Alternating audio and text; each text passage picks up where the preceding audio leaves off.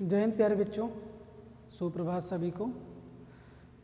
प्यारे बच्चों, जैसा कि आप सभी को विदित है कि बीएड का जो परीक्षा है उसका टाइम टेबल आ गया है और 11 मार्च से बीएड फर्स्ट सेमेस्टर की पेपर है।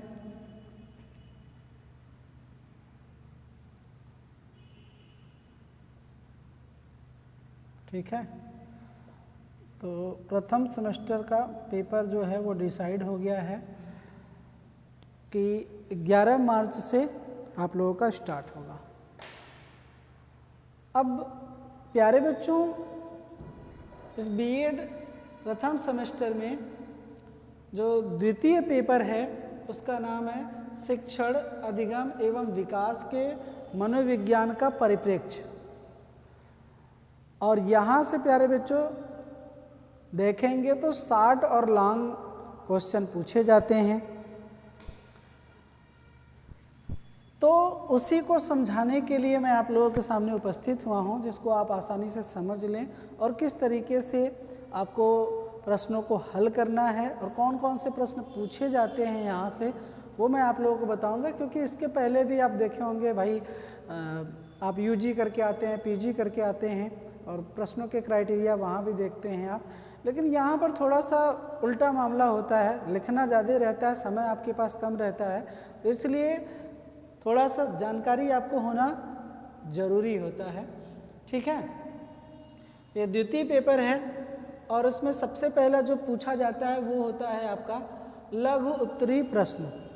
ठीक, तो लघु उत्तरीय जो प्रश्न पूछे जाते हैं प्यारे बच्चों वो देखेंगे तो आपका एक नोट करके दिया रहता है या निर्देश करके दिया रहता है कि लघु उत्तरीय प्रश्नों के लिए 200 शब्द आप सभी को लिखने रहते हैं और दीर्घ उत्तरीय प्रश्नों के लिए 500 शब्दों में उसका उत्तर लिखना रहता है।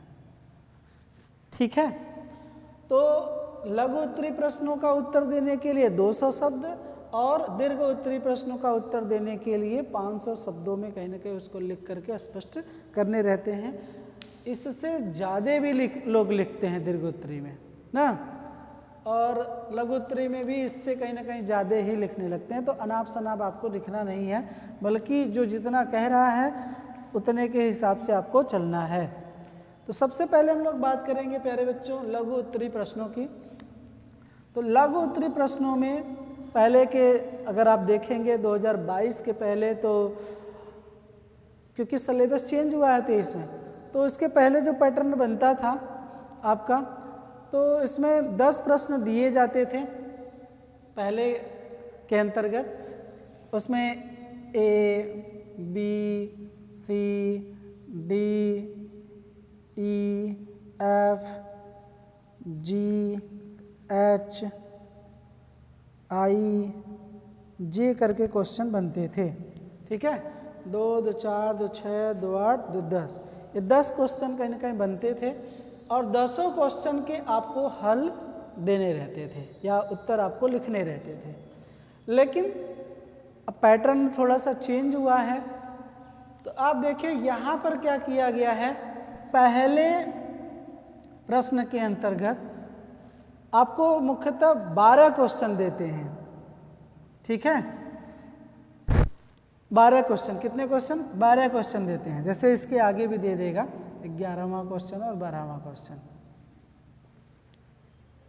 ठीक बात, जैसे ऐसे करके दे देगा 11वां 12वां नहीं, बल्कि जे के बाद के, ठीक है, और यल, ऐसे भी क्वेश्चन दे दें।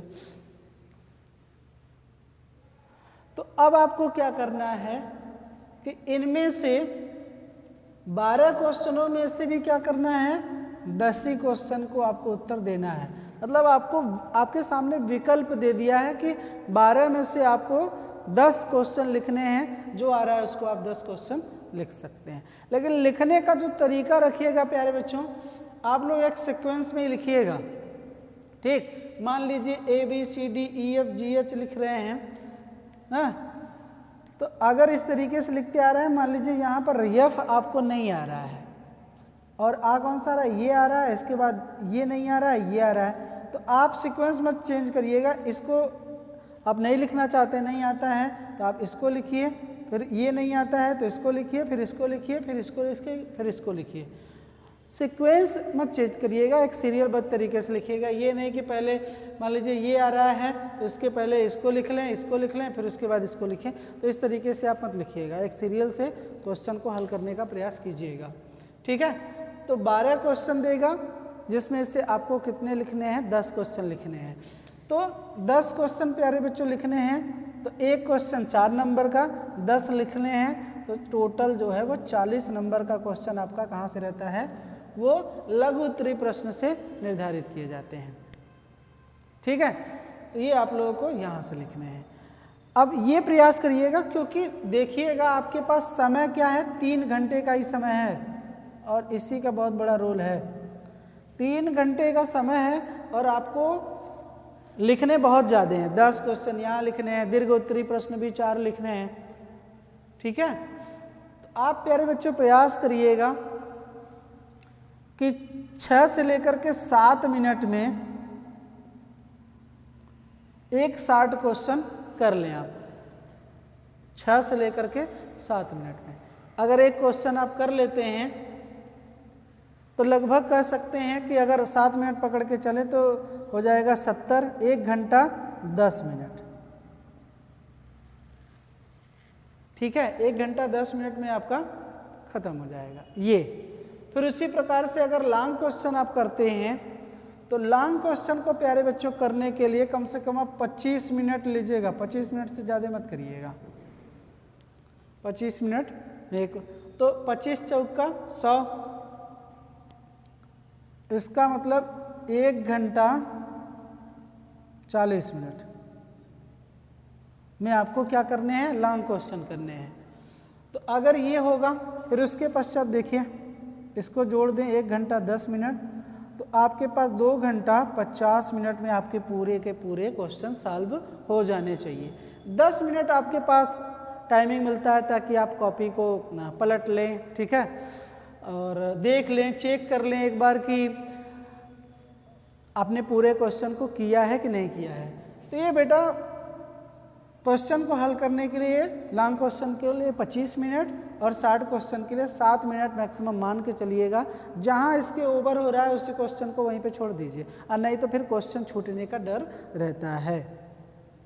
अगर सपोज करिए कि लास्ट में आप लॉन्ग क्वेश्चन कर रहे हैं और आपका एक क्वेश्चन छूट गया 15 नंबर का, और ये 15 नंबर का अगर छूट जाता है तो सीधा सीधा आपकी कॉपी की जो मूल्यांकन होगी कितने में होगी, वो 85 में ही होगा। तो नंबर कब मिलेगा आपको ये ध्यान रखिएगा, क्योंकि मूल्यांकन आपका 85 में ही होगा, छूट जा रहा है एक लॉन्ग क्वेश्चन। तो इसलिए टाइमिंग का खेल है प्यारे बच्चों, टाइमिंग आप बना के चलिए कि हमको इतने मिनट में ही लिखना है। इसलिए पढ़िए और पढ़ करके उसको कॉपी पे लिखने की प्रैक्टिस डालिए ताकि आप लॉन्ग क्वेश्चन 25 मिनट में सॉल्व कर सकें। ये बात तो था प्यारे बच्चों, समय कितने मिनट में लिखना है, ठीक है।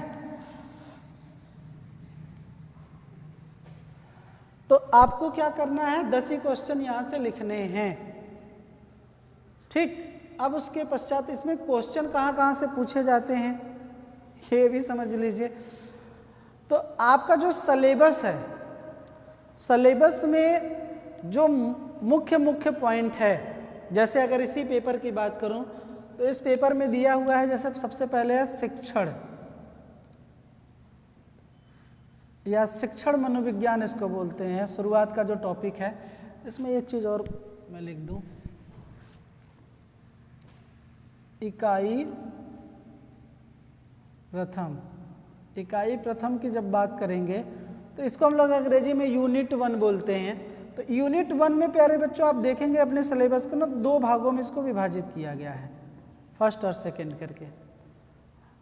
तो 2 भागों में जब विभाजित किया गया है तो पहले भाग में दिया हुआ है, जिसमें दिया हुआ है शैक्षिक मनोविज्ञान।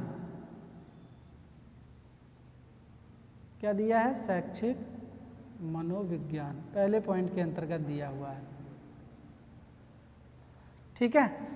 अब इसमें दिया हुआ है कि जैसे उसका अर्थ क्या है, उसके क्षेत्र क्या है, शिक्षा में उसकी क्या प्रासंगिकता है, ये कहीं ना कहीं बनाया गया है। उसके साथ साथ वैयक्तिक भिन्नता क्या है, उसका अर्थ क्या है, प्रकार क्या है, कारण क्या है और शैक्षिक निहितार्थ क्या है, ये बहुत सारी चीज़ें यूनिट 1 के पहले पॉइंट से बना हुआ है। लेकिन मेन टॉपिक क्या है, शैक्षिक मनोविज्ञान है।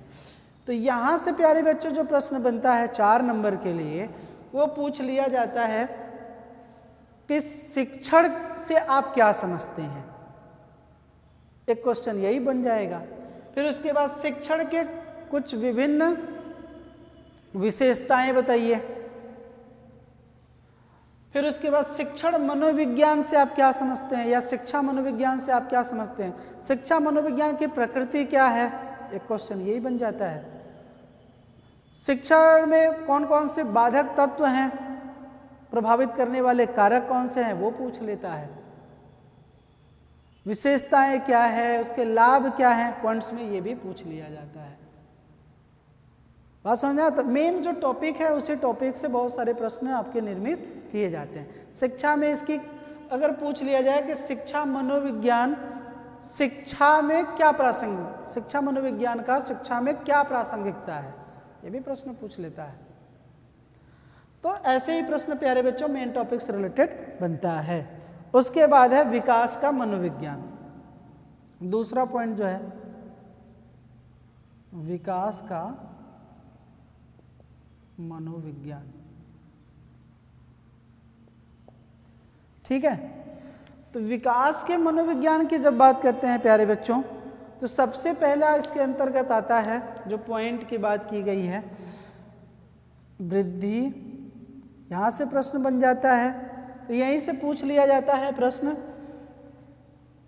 विकास से क्या तात्पर्य है। एक तो प्रश्न यही बन जाता है। एक प्रश्न ये भी पूछ देता है कि वृद्धि से क्या तात्पर्य है। एक प्रश्न 60 में ये भी बन जाता है। प्रश्न ध्यान रखिएगा, विकास से क्या तात्पर्य है। दूसरा प्रश्न बन जाएगा कि वृद्धि से आप क्या समझते हैं या क्या तात्पर्य है। एक प्रश्न पूछ लेता है कि वृद्धि एवं विकास में क्या अंतर है, ठीक है, ये भी प्रश्न बन जाते हैं। तो वृद्धि और विकास से ये प्रश्न बन गया। अब इसके पश्चात देखेंगे तो विकास के मनोविज्ञान के अंतर्गत प्यारे बच्चों देखेंगे तो यहाँ से जो प्रश्न बनता है अधिकांशतः, तो इसमें 3 अवस्थाओं की बात की जाती है ना मुख्यतः। एक तो आपका शैशवावस्था, दूसरा बाल्यावस्था और तीसरा किशोरावस्था। तो वहाँ से भी प्रश्न बन जाता है आपका कि शैशवावस्था किसे कहते हैं, बाल्यावस्था किसे कहते हैं, किशोरावस्था किसे कहते हैं, स्पष्ट कीजिए। ऐसा प्रश्न यहाँ से बनता है। उसके पश्चात प्रश्न बन जाता है कि इस अवस्थाओं के अंतर्गत या विकास के मनोविज्ञान के अंतर्गत 3 मुख्यतः बातें और कही गई हैं, संज्ञानात्मक विकास और संवेगात्मक विकास, सामाजिक विकास। ये 3 विकास की भी बात की गई है। एक तो संज्ञानात्मक, उसके बाद सामाजिक और संवेगिक।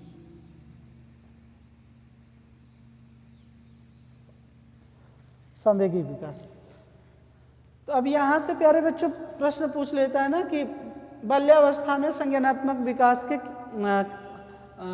लाभ बताइए, ठीक है, इस तरीके से पूछ लेता है। या फिर पूछ लेगा कि बाल्यावस्था में शिक्षा का क्या स्वरूप है, ठीक है, ये भी प्रश्न बन जाते हैं यहाँ से।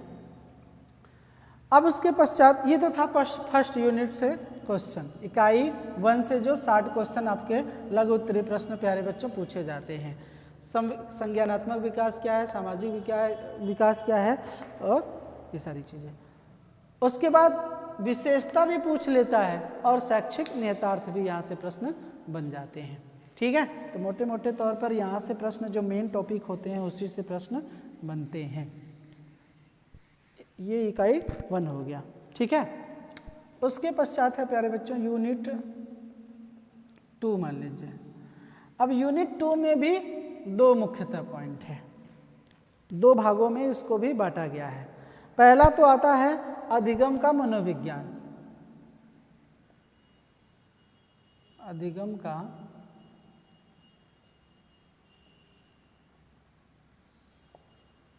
मनोविज्ञान। तो यहां से प्यारे बच्चों प्रश्न जो बन जाता है, अधिगम से आप क्या समझते हैं, ठीक है, और अधिगम के प्रभावित करने वाले कारक बताइए। यहां से 2 क्वेश्चन बन जाते हैं, ठीक है। फिर इसी में एक पॉइंट है अधिगम का स्थानांतरण। अधिगम का स्थानांतरण ये दूसरे के अंतर्गत नहीं बल्कि इसी के अंतर्गत है, अधिगम का स्थानांतरण। तो अब पूछ लिया जाता है कि स्थानांतरण क्या है।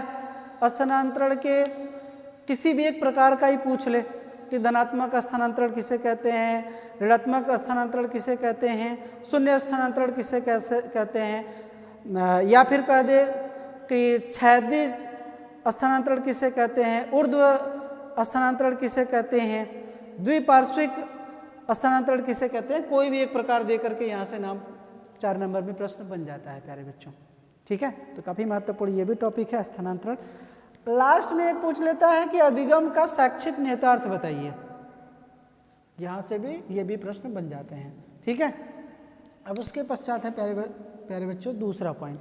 दूसरे पॉइंट के अंतर्गत है अधिगम के सिद्धांत। अधिगम के सिद्धांत, ठीक है। तो सिद्धांत की जब बात करते हैं तो 2 सिद्धांत मुख्यतः देखने को मिलते हैं। एक तो है व्यवहारिक सिद्धांत और दूसरा होता है संज्ञानात्मक सिद्धांत। 2 सिद्धांतों की बात की गई है, लेकिन लंबा चौड़ा है, ऐसा नहीं है कि बस 2 सिद्धांत बता रहे हैं। अब जब हम व्यवहारिक सिद्धांत की बात करते हैं तो उसमें थॉर्नडाइक आ जाते हैं, पावलोव आ जाते हैं, स्किनर आ जाते हैं, ठीक है। और तो इन सिद्धांतों की बात कर लेते हैं। और जब हम संज्ञानात्मक की बात करते हैं तो उसमें गेस्टाल्टवादी जो आते हैं वो सिद्धांत हो जाते हैं, ब्रूनर आते हैं, पियाजे आते हैं मुख्यतः। तो ये 3 राइटर यहाँ से देखने को मिलते हैं। तो वहाँ से किसी भी एक सिद्धांत का पूछ देता है, ठीक है, कि क्रिया प्रसूत अनुबंधन का सिद्धांत बताइए क्या है, ठीक है। अधिगम का सिद्धांत क्या है वही बताइए। मेन टॉपिक से ही पूछ दे कि अधिगम का सिद्धांत किसे कहते हैं,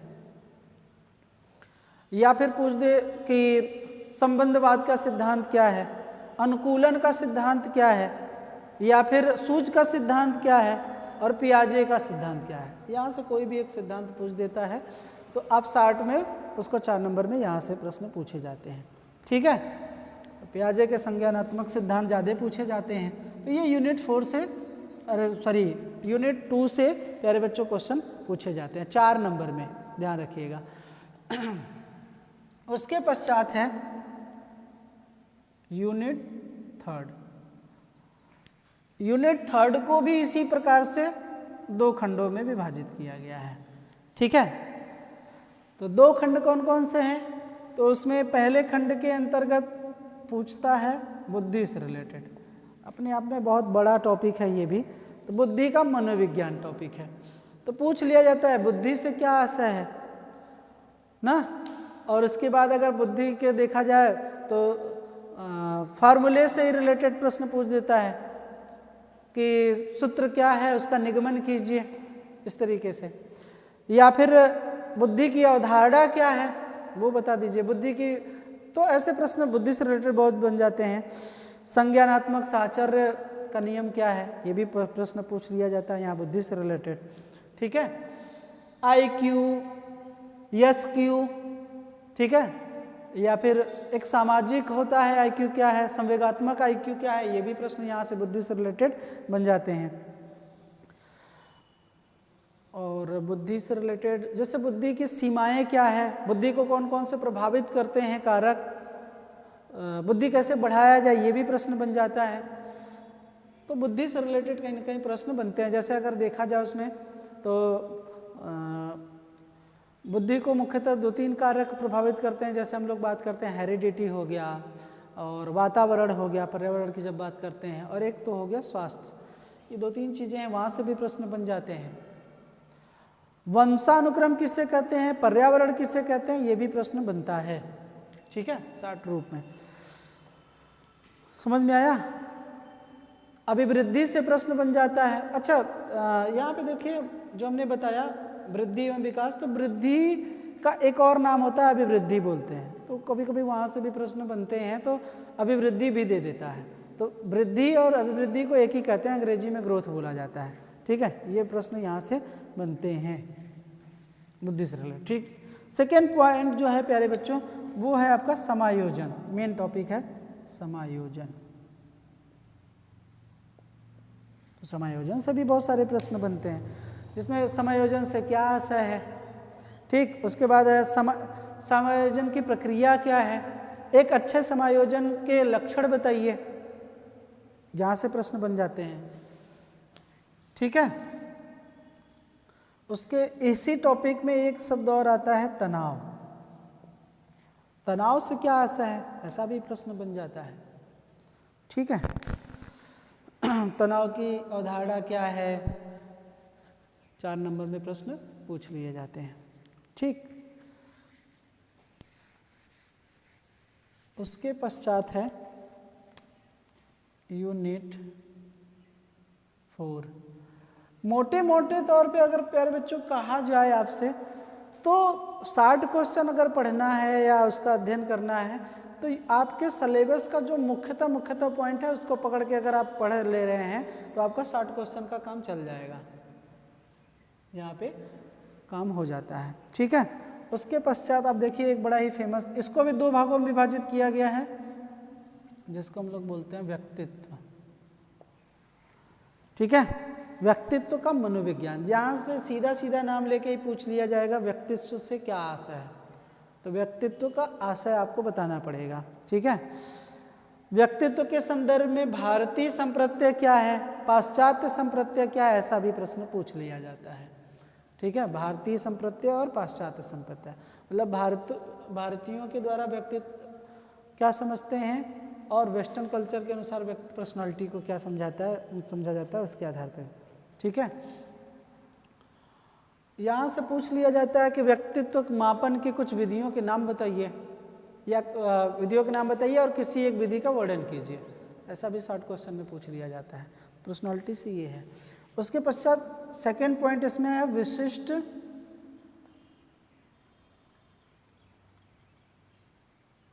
बालक। क्या है, विशिष्ट बालक, स्पेसिफिक चाइल्ड। अब इसके अंतर्गत पहले तो यही जो मेन टॉपिक है यहीं से पूछ लिया जाता है, विशिष्ट बालक किसे कहते हैं, जो सामान्य बालकों से भिन्न होते हैं उसे विशिष्ट बालक कहते हैं, तो ऐसा प्रश्न यहाँ से पूछ लिया जाता है। ठीक है, अब इसके अंतर्गत विशिष्ट बालकों की अपनी एक कैटेगरी है, वहाँ से बहुत सारे प्रश्न पूछे जाते हैं, जैसे प्रतिभाशाली बालक किसे कहते हैं, वर्णन कीजिए। सृजनात्मक बालक किसे कहते हैं, वर्णन कीजिए। रचनात्मक बालक किसे कहते हैं, स्पष्ट कीजिए। मंद गति से सीखने वाला बालक किसे कहते हैं, अल्प बुद्धि वाला बालक किसे कहते हैं, अधिगम अक्षम्य बालक किसे कहते हैं। ये बहुत सारे प्रश्न कहीं ना कहीं यहीं से बनते हैं। मंद बुद्धि बालकों की विशेषताएं क्या है, प्रतिभाशाली विशेषताओं बालकों के लिए शिक्षा की व्यवस्था कैसी की जाए, एक बहुत सारे कहीं ना कहीं प्रश्न यहीं से बन जाते हैं। तो अब समझ में आया 4 नंबर में आपको क्या क्या पढ़ना है या कहाँ से प्रश्न बनते हैं, तो इस तरीके से प्यारे बच्चों आपको करना है। अच्छा, कभी कभी प्रश्न बच्चे पूछते हैं कि सर 4 नंबर के लिए कितना लिखा जाए। ठीक है, तो मान लीजिए कॉपी का ये एक पेज है, तो एक पेज लिखने में आपको 200 शब्द तो आ ही जाते होंगे, तो एक पेज में अगर आप अच्छे से उसको एक्सप्लेन कर देते हैं तो आपका काम एक पेज में हो जाएगा। ठीक है, और नहीं तो अगर आप बहुत अच्छे से तैयार है या तो सेकेंड पेज में आप थोड़ा सा लिख सकते हैं, पूरा मत लिखिएगा, 2-2 पेज का 60 क्वेश्चन मत लिखिएगा, बहुत ज़्यादा लिखने का कोई मतलब नहीं है, जो लिखिए ठोस लिखिए। तो एक पेज और एक पेज से थोड़ा सा ज़्यादा आप लिख सकते हैं, ताकि अगर आप दूसरा 60 क्वेश्चन का फिर उत्तर दे रहे हों तो आप उसको कंप्लीट कर सके। यहाँ का आधा पेज और उसके पश्चात हम दूसरे वाले पेज के ले लेंगे तो हो जाएगा। तो एक पेज सफिशिएंट है 4 नंबर के लिए, बात समझ में आया। और उसके पश्चात लॉन्ग क्वेश्चन की बात करेंगे। अभी तो 60 क्वेश्चन की हम लोग बात कर रहे थे, इसमें लॉन्ग क्वेश्चन भी पूछे जाते हैं। तो उस पर आते हैं। यहाँ तक अगर सबको समझ में आ गया हो तो आगे बढ़ेंगे। अब देखिए यहाँ से पूछा जाता है आप लोगों का खंड ब कह सकते हैं, वो खंड अ था। खंड ब में सीधा सीधा निर्देश दिया रहता है कि मुख्यतः 4 प्रश्नों के उत्तर देने हैं। ठीक है, अब आपको यहीं से जब, क्योंकि आपको बताए लघु उत्तरीय प्रश्नों के लिए 1 था, अब जब दीर्घ उत्तरीय की बात करेंगे, दीर्घ उत्तरीय प्रश्न, तो दीर्घ उत्तरीय प्रश्न जो स्टार्ट होगा वो दूसरे से स्टार्ट होगा, क्वेश्चन नंबर 2 से। ठीक है, अब देखिए यहाँ पर जितने भी हमने यूनिट लिखा था, यूनिट 1, 2, 3, 4, तो चारों यूनिट से प्रश्न प्यारे बच्चों पूछे जाते हैं, ये ध्यान रखिएगा। तो मान लीजिए यूनिट फर्स्ट की अगर बात करेंगे इकाई 1 में, तो जो 1 और 2 करके था पोर्शन ना, वहीं से जो मेन टॉपिक होता है वहीं से प्रश्न बन जाते हैं। जो यूनिट 1 में फर्स्ट और सेकंड पॉइंट करके बता रहे थे ना आपको, तो यहीं से प्रश्न बन जाते हैं। तो पहला जो प्रश्न था प्यारे बच्चों, वो बड़ा, पहले तो एक चीज़ और समझ लीजिए प्रश्न पे आने से पहले कि इसमें लिखना क्या है या कितना लिखना है। तो आप ध्यान रखिएगा कि इस दूसरे क्वेश्चन में यूनिट फर्स्ट हो गया, दूसरे क्वेश्चन के लिए आपको 500 शब्द लिखने पड़ेंगे। ठीक है, तो अब देखिए यहाँ पर 2 क्वेश्चन पूछेगा। तो मान लीजिए हमने यूनिट फर्स्ट से क्वेश्चन पूछ रहा है तो हमने इसको 2 दे दिया। ठीक, दूसरा क्वेश्चन दे दिया। और क्वेश्चन मान लीजिए इस प्रकार से बना हुआ है कि शिक्षा मनोविज्ञान से क्या आशय है, यहाँ पे क्वेश्चन मार्क। ठीक है, ठीक, ये प्रश्न बना हुआ है। कक्षा में शिक्षा मनोविज्ञान की भूमिका का वर्णन कीजिए। शिक्षा में मनोविज्ञान की भूमिका का वर्णन कीजिए। ठीक है, तो अब देखिए प्यारे बच्चों, यहाँ पर जो प्रश्न पूछा हुआ है वो प्रश्न इस हिसाब से पूछा है कि इसको 2 खंडों में विभाजित कर दिया। एक तो प्रश्न जो है वो यहाँ से यहाँ तक है और दूसरा प्रश्न यहाँ से लेकर के यहाँ तक है। तो इसका जो अंक भी होता है वो इस तरीके से डिवाइडेड रहता है। ये टोटल 15 नंबर का है। तो पहला जो आप देंगे यहाँ पर एक्सप्लेन करेंगे वो 5 नंबर का, उसके बाद शिक्षा में मनोविज्ञान की क्या भूमिका है वो 10 नंबर का है। तब जाकर के आपको 15 नंबर में अगर बहुत अच्छा लिखते हैं तो आप 10-12 नंबर तक पा सकते हैं। तो दोनों को ध्यान में रखना पड़ेगा, इसी तरीके से उत्तर आपको देना पड़ता है। तो महत्वपूर्ण मैं बातें बता देता हूँ आप लोगों को कि कौन कौन से प्रश्न पूछे जाएंगे। ठीक है, क्योंकि ये जो प्रश्न है 2023 में पूछा हुआ है कि शिक्षा मनोविज्ञान से क्या आशय है, शिक्षा मनोविज्ञान की भूमिका का वर्णन कीजिए। तो यहाँ पर प्यारे बच्चों शिक्षा मनोविज्ञान से प्रश्न पूछ लिया है, तो फर्स्ट जो यूनिट का फर्स्ट पॉइंट था यहाँ से ही अब जो प्रश्न बनने का ज़्यादातर चांस है वो आपका पूछ देता है कि शिक्षण से आप क्या समझते हैं। ठीक है, शिक्षण की प्रकृति एवं उसके क्षेत्र का विस्तार पूर्वक वर्णन कीजिए। तो अब जो प्रश्न बनेगा वो कहाँ से बनेगा, शिक्षण से बनेगा। मनोविज्ञान से पूछा हुआ है तो अब शिक्षण से बनेगा। अब उसी शिक्षण में क्या करें, आपका मनोविज्ञान या शिक्षा जोड़ दे वो अलग की बात है, लेकिन शिक्षण से प्रश्न इस बार बनने की संभावना ज़्यादा है। तो अब आप शिक्षण क्या है, उसका अर्थ क्या है, परिभाषा क्या है, उसकी प्रकृति क्या है, विशेषताएं क्या है, उसका निहितार्थ भी पूछ देता है। शैक्षिक निहितार्थ बताइए शिक्षण की। तो आप प्यारे बच्चों शिक्षण से संबंधित इस बार आने की संभावना ज़्यादा है। ठीक, अब ये तो हो गया यूनिट फर्स्ट के फर्स्ट पॉइंट से।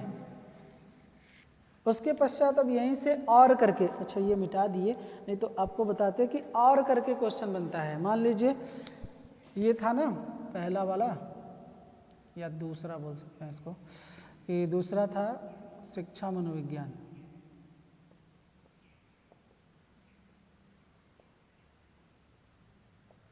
से क्या आशा है, उसके बाद ये था ना। अब इसके पश्चात क्या कर देगा आपको, और या करके अथवा देता है, ठीक है। अब इसी को क्वेश्चन नंबर 3 कर देता है। तो क्वेश्चन नंबर 3 प्यारे बच्चों, अब इस या तो इसको करिए या तो क्वेश्चन नंबर 3 को करिए। तो यहाँ से जो प्रश्न इस बार आने की जो संभावना है वो प्यारे बच्चों ये पूछता है कि जो विकास की अवस्थाएं थी ना, आपको जब 60 क्वेश्चन बता रहे थे तो उसमें मेन टॉपिक लिखे थे ना, जिसके अंतर्गत प्यारे बच्चों पूछा जाता है या इस बार पूछा जाएगा, वो प्रश्न ये ज़्यादा पूछा जाता है कि मान लीजिए एक प्रश्न आपसे पूछे कि किशोरावस्था से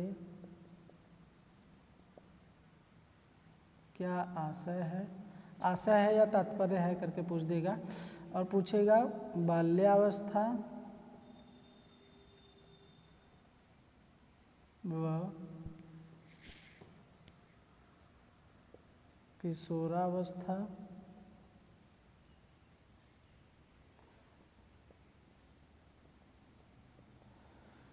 में अंतर स्पष्ट करते हुए, ठीक है, किशोरावस्था से आप क्या समझते हैं, बाल्यावस्था एवं किशोरावस्था में अंतर स्पष्ट करते हुए संज्ञानात्मक विकास का वर्णन कीजिए, ठीक है। तो यहाँ से जो प्रश्न पूछा जाता है प्यारे बच्चों, वो बाल्यावस्था या किशोरावस्था से ज़्यादा पूछा जाता है।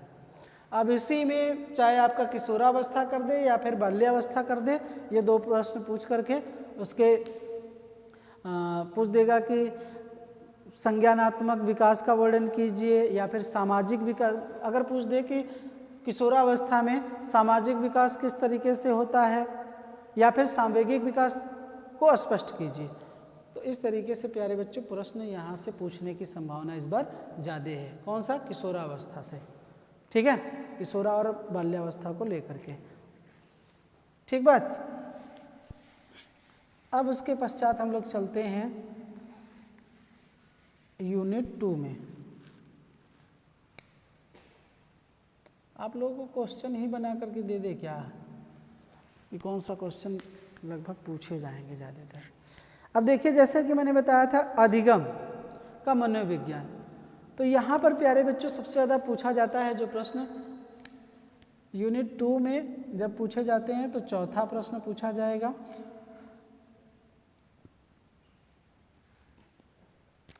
कि अधिगम का स्थानांतरण से आप क्या समझते हैं और विभिन्न प्रकारों का विस्तार पूर्वक वर्णन कीजिए।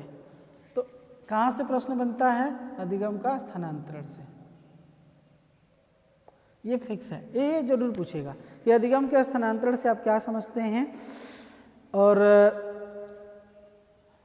इसको विस्तार पूर्वक वर्णन कीजिए, ठीक है, प्रकार जो है। या फिर उससे में एक और कह देगा कि अधिगम को प्रभावित करने वाले कारक कौन कौन से हैं, ठीक है। तो ये प्रश्न यहाँ से जरूर बनने वाला है इस बार कि अधिगम के स्थानांतरण से आप क्या समझते हैं और अधिगम के स्थानांतरण को प्रभावित करने वाले कारक कौन कौन से हैं, ठीक है। या तो इस तरीके से बन जाए या तो इस तरीके से बन जाएगा कि अधिगम के स्थानांतरण से आप क्या समझते हैं और इसके विभिन्न प्रकारों का विस्तार पूर्वक वर्णन कीजिए, ठीक है। तो स्थानांतरण से प्रश्न बनेगा। उसके बाद और या अथवा करके जो प्रश्न बनता है प्यारे बच्चों, पांचवा क्वेश्चन, वो आप लोगों का बनता है अधिकांशतः अगर देखा जाए तो अधिगम का जो सिद्धांत है वहाँ से प्रश्न बनते हैं। और सिद्धांतों में अगर देखेंगे तो जो सबसे ज़्यादा फेमस सिद्धांत है वो आते हैं जीन पियाजे। तो जीन पियाजे का जो संज्ञानात्मक विकास का सिद्धांत है वहाँ से प्रश्न पूछे जाएंगे, ठीक है। तो इसको भी आप लोग ध्यान दीजिएगा कि जीन पियाजे का जो संज्ञानात्मक विकास है वो आपसे पूछ लिया जाता है, ठीक, ये होगा यूनिट 2 से। उसके बाद है यूनिट 3। तो यूनिट 3 से आप देखेंगे प्यारे बच्चों, तो बुद्धि का हमेशा प्रश्न पूछा हुआ है। तो बुद्धि से एक प्रश्न फिक्स है। बुद्धि से क्या आशा है, स्पष्ट कीजिए। और बुद्धि में किसी एक का, जैसे सिद्धांत है ना, एक कारक, द्विकारक, बहुकारक, तो उसमें बहुकारक या किसी एक सिद्धांत का आपसे पूछ देगा। तो बुद्धि से क्या आशा है और बहुकारक सिद्धांत को स्पष्ट कीजिए। ठीक बात, ये यहाँ से बुद्धि से बन जाता है। तो ये कौन सा था, 6ठा प्रश्न है। और करके आपको इसी में क्या देगा, या अथवा करके 7वां प्रश्न पूछता है। तो जो 7वां प्रश्न पूछता है प्यारे बच्चों, वो है आपका समायोजन का मनोविज्ञान। तो समायोजन से आप क्या समझते हैं, ये प्रश्न बन जाता है प्यारे बच्चों। और कुसमायोजित व्यक्ति के लिए क्या चीज़ें आवश्यक है, ये प्रश्न पूछ देता है। ठीक है, सुझाव दीजिए कि कुसमायोजित व्यक्ति कैसे वातावरण के साथ समायोजित हो सकेगा। तो समायोजन से एक प्रश्न बनता है कि समायोजन से क्या तात्पर्य है, कुसमायोजित व्यक्ति को किस तरीके से समायोजित किया जा सकता है, सुझाव स्पष्ट कीजिए। तो क्या हो जाएगा, समायोजन से प्रश्न पूछा जाएगा। ठीक है,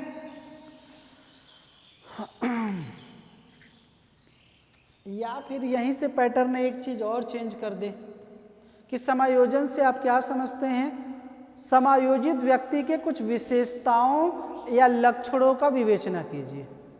ठीक है, ये प्रकार। तो ये भी प्रश्न बन सकता है, जरूरी नहीं है कुछ समायोजन पे जाए, हो सकता है इसी से प्रश्न पूछ दे कि समायोजन से आप क्या समझते हैं और सुसमायोजित व्यक्ति के विशेषताएं एवं लक्षण बताइए। ठीक है, प्रश्न थोड़ा सा घुमा सकता है, लेकिन मेन टॉपिक यही रहेगा, समायोजन है। उस तरीके से आप पढ़ लीजिएगा। उसके पश्चात है प्यारे बच्चों लास्ट आपका यूनिट 4। यूनिट 4 में जो प्रश्न बनेगा 8वां क्वेश्चन और 9वां क्वेश्चन। तो 8वां क्वेश्चन के अंतर्गत जो हमने आपको बताया अभी कि व्यक्तित्व का मनोविज्ञान है ना, तो यहाँ पर व्यक्तित्व से रिलेटेड प्रश्न बनेंगे। जैसे पूछ देगा व्यक्तित्व से आप क्या समझते हैं और व्यक्तित्व के आकलन की विभिन्न तकनीकों का वर्णन कीजिए, या फिर किसी एक तकनीक का विस्तार पूर्वक वर्णन पूछ देगा। ठीक है, तो व्यक्तित्व से आप क्या समझते हैं, कभी कभी उसका वर्गीकरण ही पूछ देता है, तो वर्गीकरण का विस्तार पूर्वक वर्णन कीजिए। तो प्रश्न में 1-2 ही वैरायटी पूछी जाती है, या घुमा फिरा करके पूछा है अभी तक कि व्यक्तित्व से क्या सा है, ये तो मेन रहेगा ही रहेगा। और उसके बाद व्यक्तित्व में विभिन्न जो परीक्षण है उसका विस्तार पूर्वक वर्णन कीजिए। ठीक है, ये दे देता है। उसके पश्चात और या अथवा करके आपको जो आता है वो कर सकते हैं आप। 8वां आता है 8वां करिए, या 9वां आता है 9वां करिए। यहाँ से पूछ देता है कि एक प्रश्न जो बनता है आपका ये विशिष्ट बालक। ठीक है, तो पहले यही पूछ देता है। अधिकांशतः जो पूछा गया आप देखेंगे तो प्रतिभाशाली बालक से आप क्या समझते हैं, एक तो ये प्रश्न बन जाता है। और प्रतिभाशाली बालकों के लिए कैसी शिक्षा व्यवस्था होनी चाहिए, ये प्रश्न पूछ देता है। ठीक है, या फिर कभी पूछ देता है कि मानसिक रूप से मंदित मना बालक से आप क्या आशा है और उसकी विशेषताओं का वर्णन कीजिए। ये 2-3 प्रश्न यहाँ से बन जाते हैं। ठीक बात, किससे, विशिष्ट बालक में अभी तक जो, तो वो प्रतिभाशाली बहुत इंपॉर्टेंट है। यहाँ से प्रतिभाशाली बालक से आप क्या समझते हैं और प्रतिभाशाली बालकों के लिए शिक्षा की व्यवस्था कैसी होनी चाहिए, वो प्रश्न पूछ लिया जाता है। इसके लक्षण क्या हैं, विशेषताएं क्या हैं, वो सारी चीज़ें प्रश्न पूछ ली जाती है। या फिर इसमें कह सकते हैं मानसिक रूप से जो मंदित मना बालक हैं वहाँ से भी प्रश्न पूछ लिया जाता है। मानसिक